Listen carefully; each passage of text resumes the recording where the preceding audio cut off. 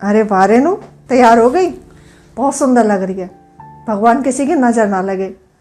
थू। अरे दीदी, मुझे किसकी नजर लगेगी? सब अपने ही तो हैं यहाँ, और अपनों की कभी नजर नहीं लगती। अरे फिर भी लग जाती है, तू समझती नहीं है। अच्छा ऐसा है, अब सिर पर पल्ला भी रख ले। सिर पर पल्ला? दीदी आजकल कौन रखता है सिर पर पल्ला? और मैं तो आपसे भी कहूँगी कि आप भी मत रखा करो। और पता है मम्मी जी इतनी ओपन माइंडेड है, मुझे नहीं लगता वो कुछ कहेंगी। अरे मेरी शादी को तो 6 साल हो गए, मैं भी तो रख रही हूँ, मुझे तो कोई प्रॉब्लम नहीं है। क्या बातें हो रही है देवरानी जिठानी में, आखिर मैं भी तो सुनूं। कुछ नहीं मम्मी जी, मैं तो बस इसको ना सिर पे पल्ला रखने के लिए बोल रही थी। पर ये तो मॉडर्न ख्यालों की लग रही है, सिर पे पल्ला रखने के लिए मना कर रही है। अब आप ही समझाओ इसे। अरे प्रिया तो क्या हुआ, ये सिर पे पल्ला नहीं रखना चाह रही है तो रहने दे। वैसे भी समय के साथ बदल जाना ना सही रहता है। नई बहू के आने से हमें भी थोड़ा मॉडर्न होने का मौका मिल जाएगा। रहने दे बेटा, अगर तेरी इच्छा नहीं है ना सिर पे पल्ला रखने की तो रहने दे। और प्रिया तू भी हटाना चाहे ना बेटा, सिर पे का पल्ला हटा दे, कोई ज़रूरी नहीं है, अब बहुत रख लिया तूने। पर मम्मी जी पापा जी क्या सोचेंगे? आपने मुझे तो आज तक नहीं कहा ऐसे, और छोटी के आते ही आपकी तो सोच ही बदल गई।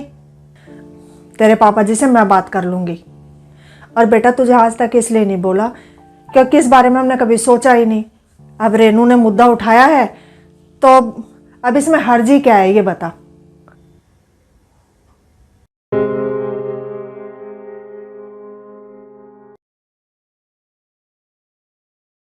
ये लो मम्मी जी, मैंने ये साड़ी प्रेस कर दी। आपको फंक्शन में जाना है ना आज, आप यही वाली साड़ी पहनना। ये साड़ी ना आप पे बहुत अच्छी लगती है। ठीक है बेटा, तू यहीं रख दे, बस मैं अभी थोड़ी देर में तैयार हो जाती हूँ। ठीक है मम्मी जी, मैं ना बाकी के काम देख लेती हूँ। ठीक है। अरे मम्मी जी क्या ढूंढ रहे हो आप? अरे रेनू बेटा, मुझे फंक्शन में जाना था। अब ये प्रिया साड़ी देकर गई, अब इसका ब्लाउज नहीं आ रहा है। पहन के देखा था मैंने, अब समझ में नहीं आ रहा क्या पहन के जाऊं। कोई बात नहीं, आप हटो, मैं ढूंढ कर देती हूँ आपको साड़ी, आप वही पहन लेना। अच्छा ठीक है, आजा तू ही निकाल दे कोई अच्छी सी साड़ी।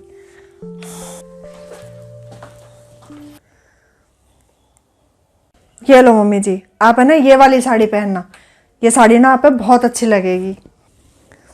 चलो ये भी बढ़िया है। वैसे बहू तेरी पसंद भी बहुत अच्छी है। अब मेरी पसंद के कपड़े भी इन्हें अच्छे नहीं लगते। नई बहू के आते ही मम्मी इतना बदल जाएंगी, मैंने कभी सपने में भी नहीं सोचा था। अरे मैंने स्पेशली वो साड़ी इनके लिए तैयार करी, और इन्होंने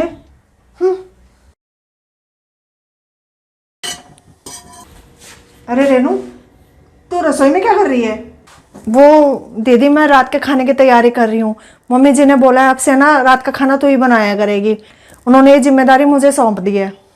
अच्छा, मम्मी जी ने ऐसा कहा?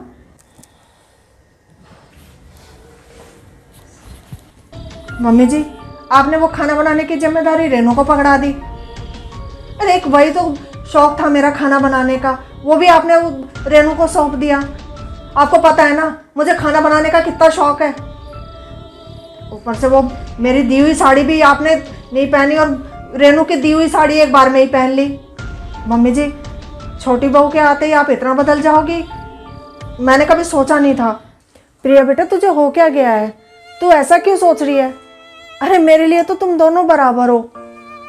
उसकी अभी नई नई शादी हुई है, मैंने तो उसको काम करने से भी मना किया था, पर वो कहने लगी नहीं मम्मी जी मुझे काम करना है, इसलिए मैंने उसको खाना बनाने की जिम्मेदारी दे दी। और तू भूल रही है, जब तू नई नई शादी होके आई थी ना, तब मैंने भी तुझे कोई काम नहीं करवाया था। तेरे पापा जी ने साफ साफ बोल दिया था कि मेरी बहू से कोई काम करवाने की जरूरत नहीं है, इसलिए मैंने तुझे खाने का काम सौंपा था। और रही बहू तेरी पसंद की साड़ी पहनने की, बेटा वो साड़ी मैंने इसलिए नहीं पहनी थी क्योंकि उसका ब्लाउज है ना मेरे आ ही नहीं रहा था, वो टाइट हो गया था, इसलिए वो छोटी बहू ने दूसरी साड़ी निकाल के मुझे दे दी थी कि मम्मी जी आप ये वाली साड़ी पहन लो।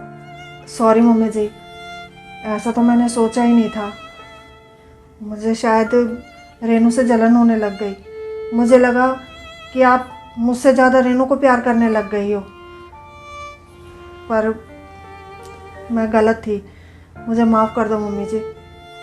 बेटा तुझे अपनी गलती का एहसास हो गया, यही मेरे लिए बहुत है। और एक बात हमेशा याद रखना, मेरे लिए तुम दोनों हमेशा बराबर ही रहोगी।